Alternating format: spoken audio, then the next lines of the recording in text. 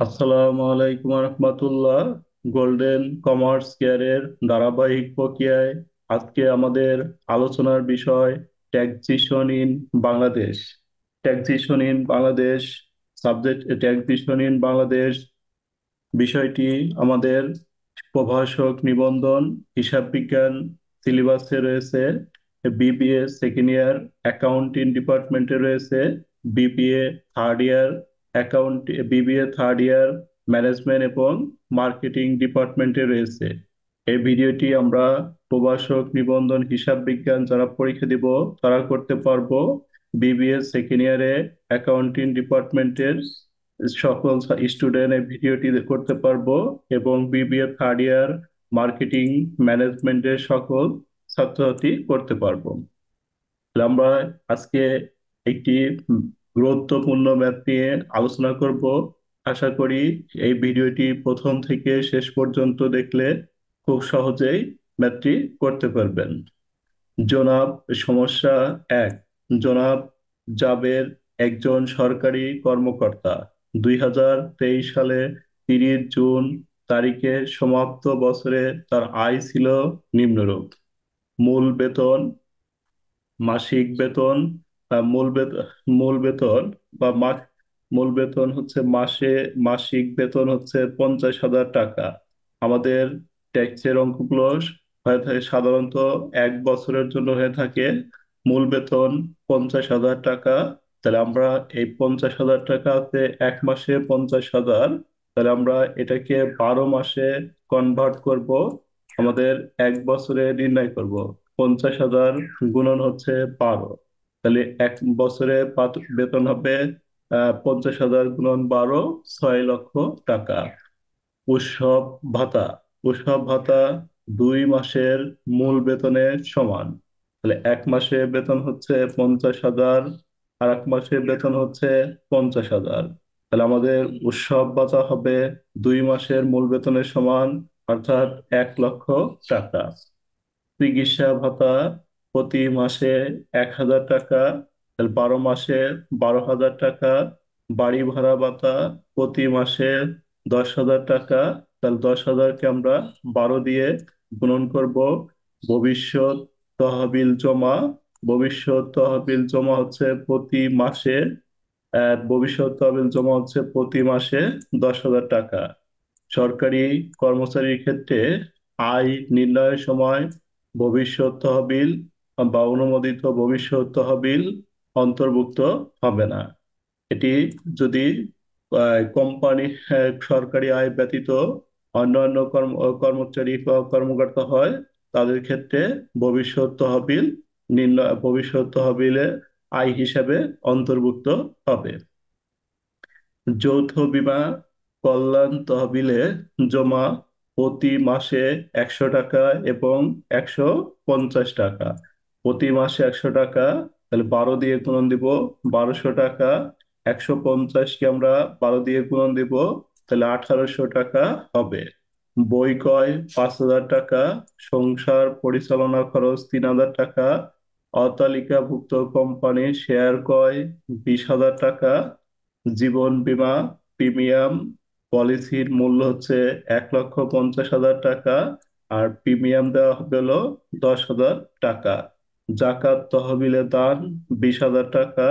প্রতিরক্ষা সঞ্চয়পত্র ক্রয় 3 লক্ষ টাকা। কৃষি খাতে আয়, কৃষি খাতে আয়ে ফসল বিক্রয় 1 লক্ষ টাকা। চা বাগানের আয় হচ্ছে 50,000 টাকা। রাবার বাগানের আয় 30,000 টাকা। আমাদের এখানে একটু ভালোভাবে খেয়াল করতে হবে। কৃষি খাতের আয়ের মধ্যে চা বাগানের আয় এবং রাবার বাগানের আয়, এই দুইটা এন্ট্রির যে কোনোটা থাকলে কৃষি খাতে চা বাগানের আয় হবে 60,000 টাকা, 60% এবং বাকি 40% হবে কারবার ও পেশা খাতে আয়ের মধ্যে। চা বাগানের আয়ের 50,000 টাকা আর 60% হবে কৃষি খাতে আয়ের মধ্যে, এবং বাকি 40% যাবে কারবার ও পেশা খাতের মধ্যে। রাবার বাগানের আয় থাকলে এটাও একই কাজ হবে, 60% আসবে কৃষি খাতের মধ্যে, বাকি 40% যাবে হচ্ছে কারবার ও পেশা খাতের মধ্যে। সন্তানদের শিক্ষা ব্যয় 1 লক্ষ টাকা, বাড়ি ভাড়া আয় প্রতি মাসে 20,000 টাকা, আর পরীক্ষা কাজায় 2,32,000 টাকা। আমাদের করণীয় করবো হচ্ছে আমরা কর দায় নির্ণয়। কর দায় নির্ণয় করার জন্য আমাদের করতে হবে মোট আয় এবং কর রেয়াতযোগ্য আয় নির্ণয় করতে হবে।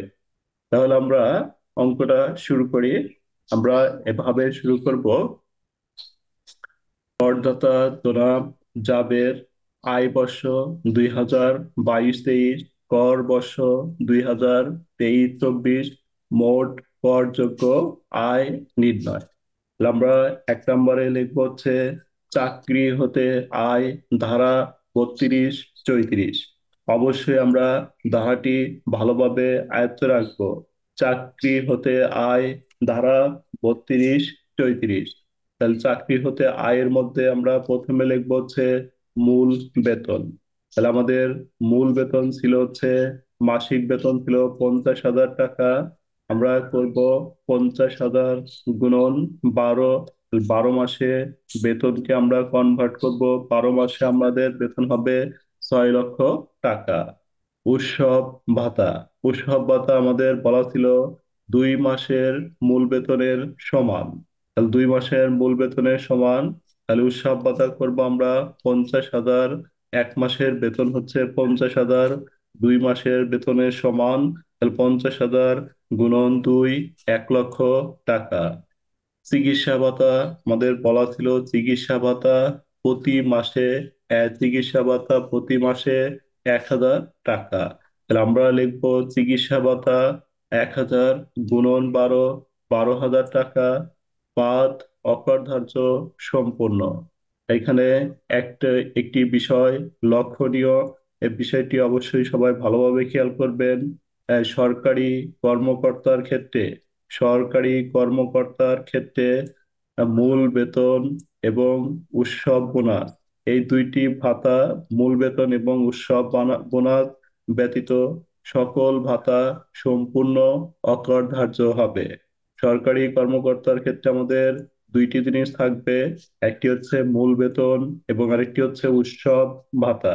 এই দুইটি ব্যতীত সকল ভাতা অকরধার্য সম্পূর্ণ। তাহলে আমরা লিখবো চিকিৎসা ভাতা প্রতি মাসে 1,000 টাকা, 1,000 গুণন 12। তাহলে আমরা লিখবো 12,000, বাদ অকরধার্য সম্পূর্ণ। কারণ সরকারি কর্মচারীর ক্ষেত্রে চিকিৎসা ভাতা সম্পূর্ণ অকরধার্য। এর পরের ভিডিওতে আমরা বেসরকারি বেসরকারি করদাতার ম্যাথ নিয়ে আলোচনা করব। আশা করি পরবর্তী ভিডিওটি সবাই দেখবেন। তাহলে আমাদের সরকারি এবং বেসরকারি কর্মচারীর ক্ষেত্রে আমাদের দুইটি নিয়ম বোঝা যাবে। এরপরে আমাদের রয়েছে বাড়ি ভাড়া ভাতা। বাড়ি ভাড়া ভাতা প্রতি মাসে 10,000 টাকা। তাহলে বাড়ি ভাড়া লিখবো বাড়ি ভাড়া ভাতা 10,000 গুণন 12, 1,20,000 টাকা, বাদ অকরধার্য সম্পূর্ণ। উৎসব ভবিষ্যৎ তহবিলে জমা। ভবিষ্যৎ তহবিলে জমা সরকারি কর্মকর্তার আয়ের মধ্যে অন্তর্ভুক্ত হবে না, এজন্য এটা আমরা লিখবো না। যৌথ বীমা, তারপরে যৌথ বীমা তহবিলে জমা, এটা আমাদের বিনিয়োগ ভাতায় অন্তর্ভুক্ত হবে। এগুলো আমাদের বিনিয়োগ ভাতার দফা, এজন্য আমাদের এগুলো আমরা বিনিয়োগ ভাতার ভিতরে লিখবো। তারপরে কৃষি খাতে আয়, এটা আমাদের কৃষি খাতে আয়ের মধ্যে যাবে। সন্তানের শিক্ষা সহায়ক ব্যয়, এটা বিনিয়োগ ভাতার আইটেম, আমরা বিনিয়োগ ভাতায় কাজ করবে এগুলো। বাড়ি ভাড়া হতে আয়, এটা হলো গৃহ গৃহ সম্পত্তি হতে আয়। পরীক্ষার খাতা দেখে আয়, এটি হচ্ছে আমাদের অন্যান্য খাতে আয়। আমাদের চাকরি হতে আয় ছিল এই পর্যন্ত। তার মধ্যে আমাদের ভবিষ্যৎ তহবিলে জমা অন্তর্ভুক্ত হবে না, অর্থাৎ চাকরি হতে আয় আমাদের এ পর্যন্ত শেষ। তাহলে আমরা এই চাকরি হতে আয়ের আইটেম গুলো দেওয়ার পরে, চাকরি হতে আয়ের আইটেম গুলো দেওয়ার পর আমরা যোগ করব। যোগ করে লিখবো চাকরি হতে আয়। চাকরি হতে আয়, তাহলে আমাদের যোগফল হলো 7 লক্ষ টাকা। এরপর আমরা লিখবো ভাড়া হতে আয়। ভাড়া হতে আয় ধারা হচ্ছে আমাদের 35 থেকে 39। ভাড়া হতে আয়, ভাড়া হতে আয় ধারা 35 থেকে 39। এখানে আমরা লিখবো বাড়ি ভাড়া আয় প্রতি মাসে 20,000 টাকা। বাড়ি ভাড়া আয় প্রতি মাসে 20,000 টাকা। তাহলে ভাড়া হতে আয় লিখবো হচ্ছে 20,000 গুণন 12, 2,40,000। 20,000 গুণন 12, 2,40,000। এই ভাড়া হতে আয়ের ক্ষেত্রে আমাদের একটু ভালোভাবে খেয়াল করতে হবে। এখান থেকে মেরামত ও রক্ষণাবেক্ষণ খরচ 25% অথবা 30% বাদ যাবে। তাহলে কখন 25% হবে, কখন 30% হবে, এটা আমাদের খেয়াল করতে হবে। যদি বাসাটি বাণিজ্যিক উদ্দেশ্যে ভাড়া দেওয়া হয়, তাহলে মেরামত ও রক্ষণাবেক্ষণ খরচ হবে 30%। বাসাটি বাণিজ্যিক উদ্দেশ্য অর্থাৎ কোনো প্রাইভেট কোম্পানি বা কোনো দোকানপাটের জন্য ভাড়া দেওয়া হলে, তাহলে আমাদের হবে হচ্ছে 30% মেরামত ও রক্ষণাবেক্ষণ খরচ। আর বাণিজ্যিক উদ্দেশ্যে ভাড়া দেওয়া না হলে, আবাসিক উদ্দেশ্য হলে হবে 25%। প্রশ্নের মধ্যে বাণিজ্যিক বা উল্লেখ না থাকলে আমরা আবাসিক ধরে কাজ করব। যেহেতু এই অঙ্কে আমাদের কোনো কিছুই বলা ছিল না, শুধু বলা ছিল বাড়ি ভাড়া হতে আয় প্রতি মাসে 20,000 টাকা। তাহলে আমরা ধরে নিব ভাড়াটি গৃহটি আবাসিক উদ্দেশ্যে ভাড়া দেওয়া হয়েছে। তাহলে আমরা লিখবো হচ্ছে ভাড়া হতে আয়, ভাড়া হতে আয় 20,000 গুণন 12, 2,40,000 বাদ মেরামত ও রক্ষণাবেক্ষণ খরচ 2,40,000 গুণন 25%। 2,40,000-এর 25% 60,000 বাদ দিয়ে আমরা লিখবো ফাইনাল করে। তাহলে আমাদের বাড়া হতে আহ বাড়া হতে আয় এই পর্যন্ত হবে। এরপরে আমাদের আসবে হচ্ছে কৃষি খাতে আয়। কৃষি খাতে আয়ের মধ্যে কৃষি খাতে আয় ধারা 40 থেকে 44। কৃষি খাতে আয় ধারা 40 থেকে 44। আমাদের প্রথম হবে ফসল বিক্রয়। ফসল বিক্রয় 1,00,000 টাকা। ফসল বিক্রয় 1,00,000 টাকা। তারপর আমাদের রয়েছে চা বাগানের আয় 50,000, রাবার বাগানের আয় 30,000। আমরা জানি, কিছুক্ষণ আগে আমরা দেখেছি চা বাগানের আয় এবং রাবার বাগানের আয় কৃষি খাতের মধ্যে 60% আসবে, বাকি 40% কারবার ও পেশা খাতে আসবে। তাহলে 50,000 গুণন 60%, 50,000-এর 60% আমরা কৃষি খাতে অন্তর্ভুক্ত করব। 30,000 রাবার বাগানের আয় 30,000, 60%। রাবার বাগানের আয় 30,000, 60%, 18,000 টাকা আমরা 18,000 টাকা অন্তর্ভুক্ত করব। এরপরে আমাদের কৃষি খাতের একটি নিয়ম রয়েছে। কৃষি খাতের নিয়ম হচ্ছে উৎপাদন খরচ। উৎপাদন খরচ হবে ফসল বিক্রির 60%। আমরা ফসল বিক্রয়, এখানে ফসল বিক্রয় দেখতে পারছি 1,00,000 টাকা। এখান থেকে আমরা উৎপাদন খরচ 60% বাদ দিব। তাহলে আমরা কৃষি খাতে আয়ের যোগফল নামালাম 1,48,000 বাদ উৎপাদন খরচ। উৎপাদন খরচ ফসল বিক্রির 60%। তাহলে ফসল বিক্রির 60%, আমাদের ফসল বিক্রয় ছিল 1,00,000 টাকা। 1,00,000 টাকার 60% লিখবো আমরা 60,000 টাকা। বাদ দিয়ে কৃষি খাতে আয় আমরা ফাইনাল করে লিখবো। এরপরে আমাদের যেটি রয়েছে, এরপরে আমাদের রয়েছে বাড়ি পরীক্ষার খাতা, পরীক্ষার কাজে আয়। পরীক্ষার কাজে আয় এটা আমাদের অন্যান্য খাতের আয়। তাহলে আমরা লিখবো অন্যান্য খাতে আয় ধারা অন্যান্য খাতে আয় ধারা 66 থেকে 69। অন্যান্য খাতে আয় ধারা 66 থেকে 69। পরীক্ষার কাজে আয় 2,32,000 লিখে আমরা সরাসরি সব এন্ট্রি গুলো যোগ করব। মোট করযোগ্য আয়, মোট করযোগ্য আয় আমাদের 12 লক্ষ টাকা। এভাবে আমরা মোট করযোগ্য আয় নির্ণয় করব।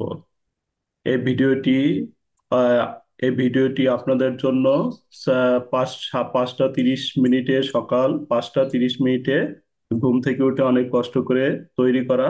এই ভিডিওটি দ্বারা যদি আপনাদের কোনো উপকার এসে থাকে, তাহলে আমাদের এই ভিডিওটি সবাই একটি করে শেয়ার, কমেন্ট, সাবস্ক্রাইব এবং লাইক করবেন, যাতে আপনাদের জন্য কষ্ট করে আরো নতুন নতুন ভিডিও বানাতে আগ্রহ হই।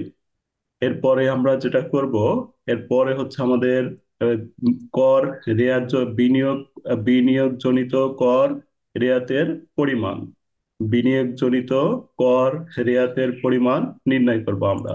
বিনিয়োগজনিত কর রেয়াতের আইটেমগুলো হচ্ছে আমাদের এখানে আহ, যৌথ বীমা, যৌথ বীমা ও কল্যাণ তহবিল, বই ক্রয়, সংসার পরিচালনা খরচ, অতালিকাভুক্ত কোম্পানির শেয়ার ক্রয়, জীবন বীমা প্রিমিয়াম, জাকাত তহবিলে দান এবং সন্তানের শিক্ষায় সহায়ক ব্যয়। এগুলো হচ্ছে আমাদের বিনিয়োগের ইনফরমেশন। এখানে আমাদের কিছু লক্ষণীয় বিষয় রয়েছে। বিনিয়োগ ভাতার ভিতরে সকল আইটেম অন্তর্ভুক্ত হবে না। তাহলে আমরা প্রথমে লিখবো হচ্ছে জীবন বীমা প্রিমিয়াম। তাহলে জীবন বীমা প্রিমিয়াম হচ্ছে আমাদের দেওয়া আছে জীবন বীমা প্রিমিয়াম 10,000 টাকা। তাহলে আমরা এভাবে জীবন বীমা প্রিমিয়ামটি লিখবো যে জীবন বীমা প্রিমিয়াম হচ্ছে আমাদের 10,000 টাকা। সর্বোচ্চ সীমা সর্বোচ্চ সীমা বীমা মূল্যের 10%। এই 10% আমাদের রুলস থেকে আসবে। 10% বীমা মূল্যের উপরে ধরতে হবে। আমাদের বীমা মূল্য রয়েছে 1,50,000। 1,50,000-এর উপরে আমরা 10% ধরবো। 10% ধরলে আমাদের আসবে হচ্ছে কত? 15,000 লিখবো আমরা। অতএব জীবন বীমা প্রিমিয়াম ছোটটি, এই দুইটার মধ্যে যেটা ছোট থাকবে এটা আমরা জীবন বীমা প্রিমিয়াম হিসাবে কাউন্ট করব। যদি আমাদের বীমা মূল্য দেওয়া না থাকে, এই ক্ষেত্রে জীবন বীমা প্রিমিয়াম আমরা সরাসরি প্রথম করে বসাবো।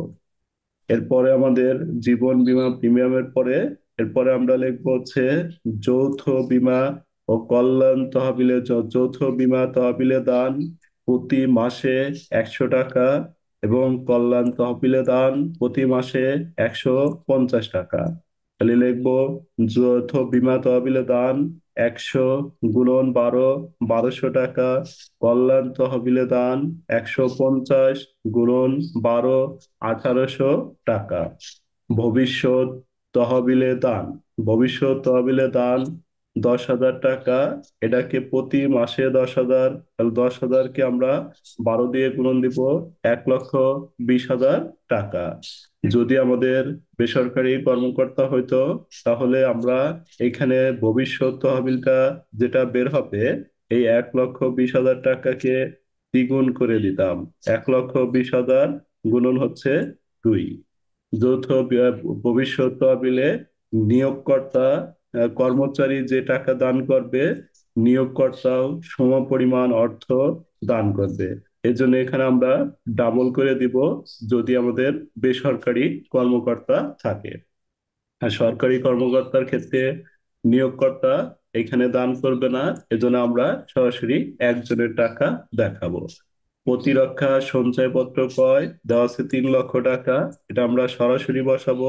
জাকাত তহবিলে দান হচ্ছে 20,000 টাকা, এটাও আমরা সরাসরি বসাবো জাকাত তহবিলে দান।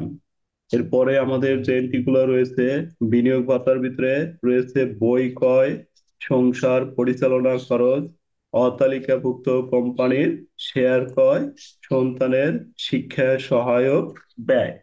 এইগুলো হচ্ছে আমাদের অনুমোদনযোগ্য খরচ নয়।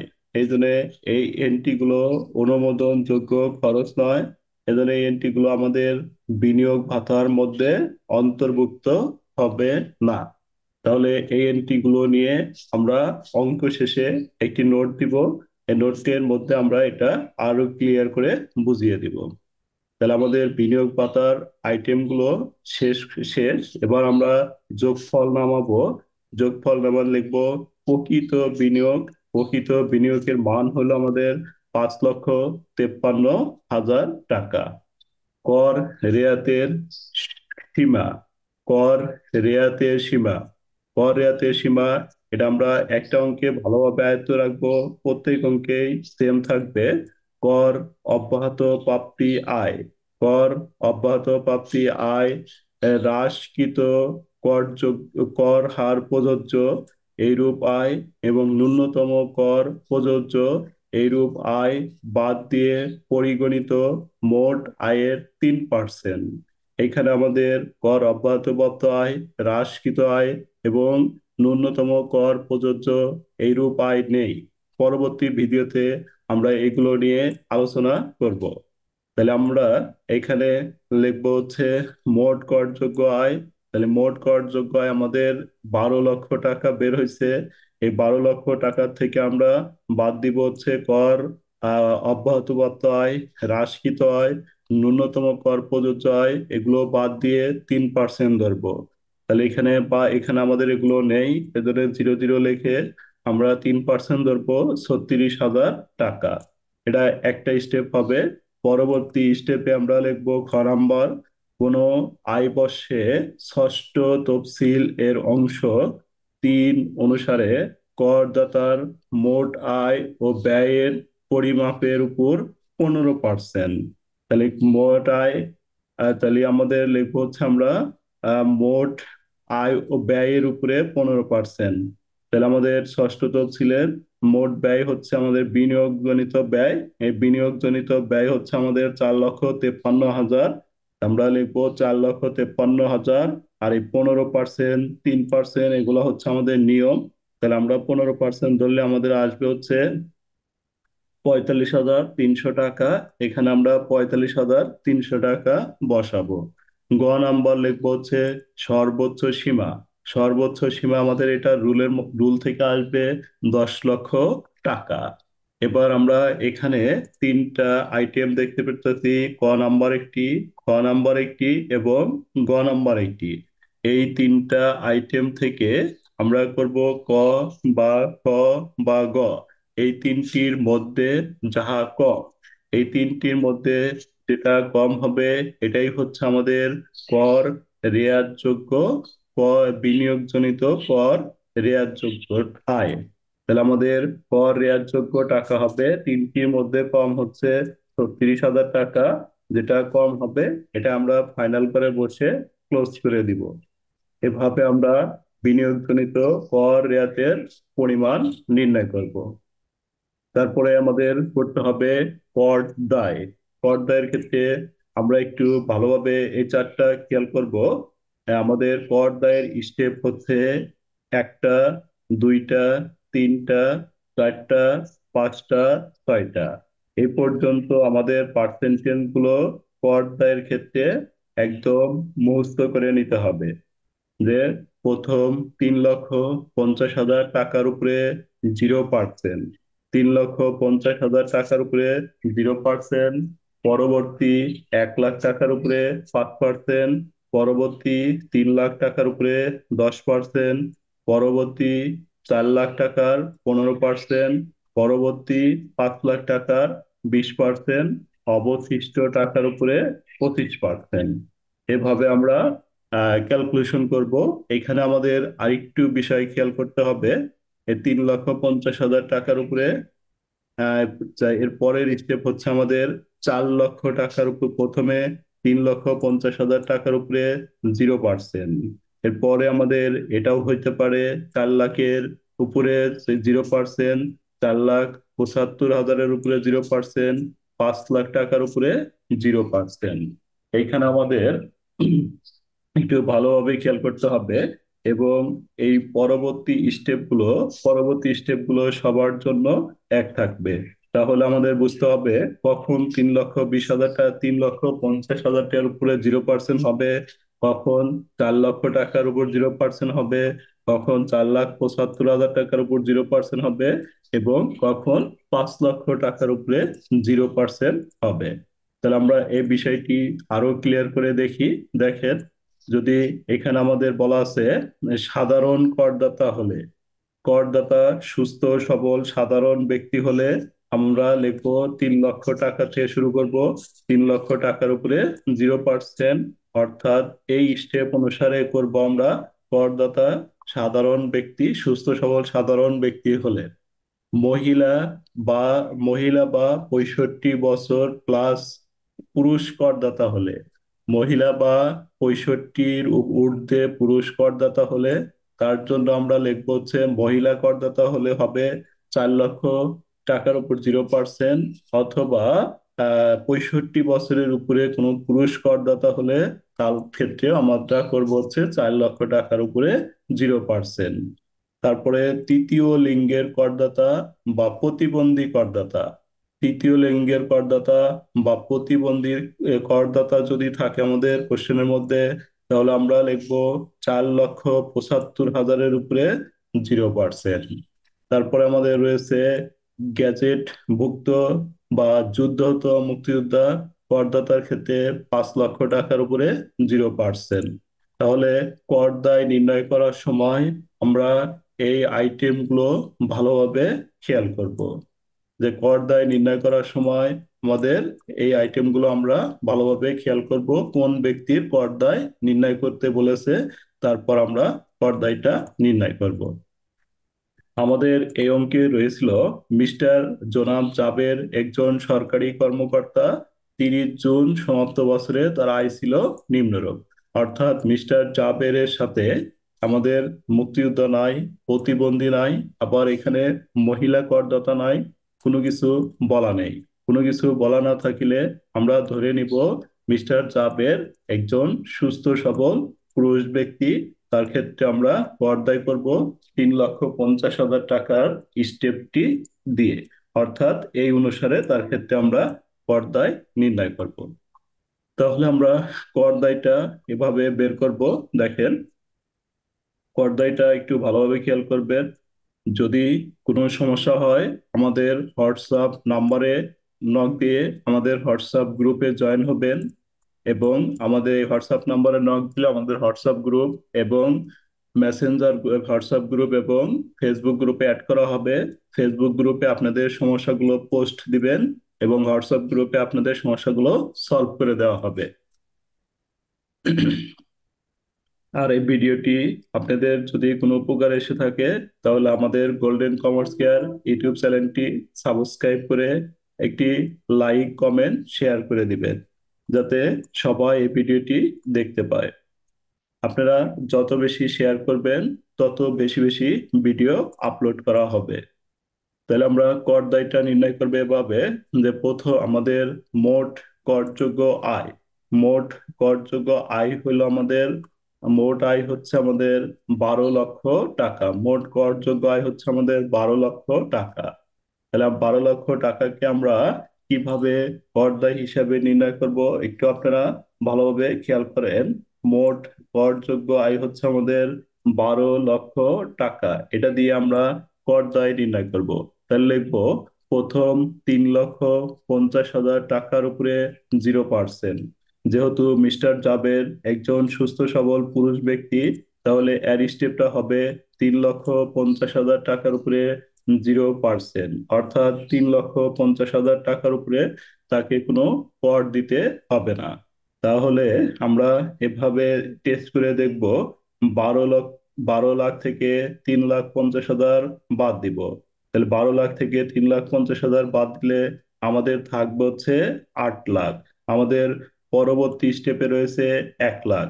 এই 8 লাখ থেকে আমাদের যদি এখানে বেশি থাকে, তাহলে আমরা এখানে 1 লাখ থেকে এই স্টেপ গুলো থেকে আমাদের যদি বেশি থাকে, তাহলে আমরা পরবর্তী স্টেপটি দিতে পারবো। তাহলে আমাদের টাকা রয়েছে 8 লাখ, আমাদের পরবর্তী স্টেপ 1 লাখ, তাহলে আমরা পরবর্তী স্টেপটি লিখতে পারবো। যদি এখানে আমাদের সাপোজ 85,000 টাকা থাকতো আর এখানে পরবর্তী স্টেপ 1 লাখ, তাহলে আমাদের এটা থেকে এটা বেশি, তাহলে আমরা আর দিতে পারতাম না, এখানে আমরা লিখতাম অবশিষ্ট 85 টাকার উপরে 5%। এভাবে আমরা লিখে দিতাম। কিন্তু আমাদের যেহেতু টাকা রয়েছে 8,50,000 টাকা, 8,50,000 টাকা, তাহলে আমরা পরবর্তী স্টেপ লিখবো 1,00,000 টাকার উপরে আমাদের 5%, তাহলে লিখবো হচ্ছে 5,000। আবার 1,00,000 টাকা বাদ দিব, বাদ দেওয়ার পরে আমাদের রইলো 7,50,000 টাকা। এর থেকে আমাদের পরবর্তী স্টেপ 3,00,000 টাকা, তাহলে এটা দেওয়া যাবে পরবর্তী 3,00,000 টাকার উপরে 10%, 30,000 টাকা। এরপরে আমরা আবার 3,00,000 টাকা বাদ দিব, 7,50,000 থেকে 3 লাখ বাদ দিলে আমাদের থাকবে 4,50,000। পরবর্তী স্টেপটি হচ্ছে আমাদের 4 লক্ষ, তাহলে এটাও আমরা দিতে পারবো। তাহলে 4 লাখ টাকার উপরে 15%, 60,000 টাকা। এর পরের যে স্টেপটি রয়েছে, 4 লাখ বাদ দিলে আমাদের থাকে হচ্ছে 50,000। কিন্তু আমাদের পরবর্তী স্টেপে রয়েছে হচ্ছে, এই যে এখানে আপনারা একটু ভালোভাবে খেয়াল করেন, 1 লাখ, 3 লাখ, 4 লাখ, পরবর্তী স্টেপ রয়েছে 5 লাখ। 5 লাখ নেওয়ার পরে কোনো টাকা থাকলে এটা হবে অবশিষ্ট। পরবর্তী স্টেপ রয়েছে 5 লাখ, কিন্তু আমরা দেখতে পারতেছি আমাদের টাকা রয়েছে আর 50,000। তাহলে আমরা 5 লাখ টাকা আর লিখতে পারবো না, যেহেতু আমাদের 50,000 টাকা রয়েছে। এই জন্য এখানে আমরা লিখে দিব অবশিষ্ট 50,000 টাকার উপরে 20%। যে লাইনে অবশিষ্ট হবে ওই লাইনের পার্সেন্টেজ হবে। আমাদের নিয়মে রয়েছে অবশিষ্টের পার্সেন্টেজ হচ্ছে 25%, অবশিষ্টের পার্সেন্টেজ হচ্ছে 25%। কিন্তু এই লাইনে অবশিষ্ট হলে 25% হবে, এই লাইনে অবশিষ্ট হলে 20% হবে, এখানে অবশিষ্ট হলে 15% হবে, এইখানে অবশিষ্ট হলে 10% হবে, এইখানে অবশিষ্ট হলে 10%। অর্থাৎ আমাদের যে লাইনে অবশিষ্ট হবে ওই লাইনের পার্সেন্টেজ হবে। যেহেতু আমাদের এই 4 লাখের পরবর্তী স্টেপ হচ্ছে 5 লাখ, এই 5 লাখ টাকার উপর 5 লাখ টাকার লাইনে আমাদের অবশিষ্ট হচ্ছে, এজন্য এই লাইনের পার্সেন্টেজ হচ্ছে 20%। তাহলে আমরা 50,000-এর 20% ধরবো 10,000। এবার আমরা এটা যোগ করব, যোগ করলে আমাদের হবে 1,05,000 টাকা। এটাকে লিখবো হচ্ছে মোট কর দায় 1,05,000 টাকা বাদ কর রেয়াতের পরিমাণ। কর রেয়াতের পরিমাণ আমরা উপরের পাটে বের করে রাখছি। এই যে কর রেয়াতযোগ্য বিনিয়োগের পরিমাণ আমরা নির্ণয় করছিলাম, বিনিয়োগজনিত কর রেয়াতের পরিমাণ 36,000 টাকা। তাহলে উপর থেকে আমরা 36,000 টাকা, কর রেয়াতযোগ্য বিনিয়োগের পরিমাণ 36,000 টাকা বসাবো। কর রেয়াতের পরিমাণ 36,000, তাহলে আমাদের মোট কর ছিল হচ্ছে 1,05,000। এখান থেকে আমরা কর রেয়াত মানে মাপ পাবো 36,000 টাকা।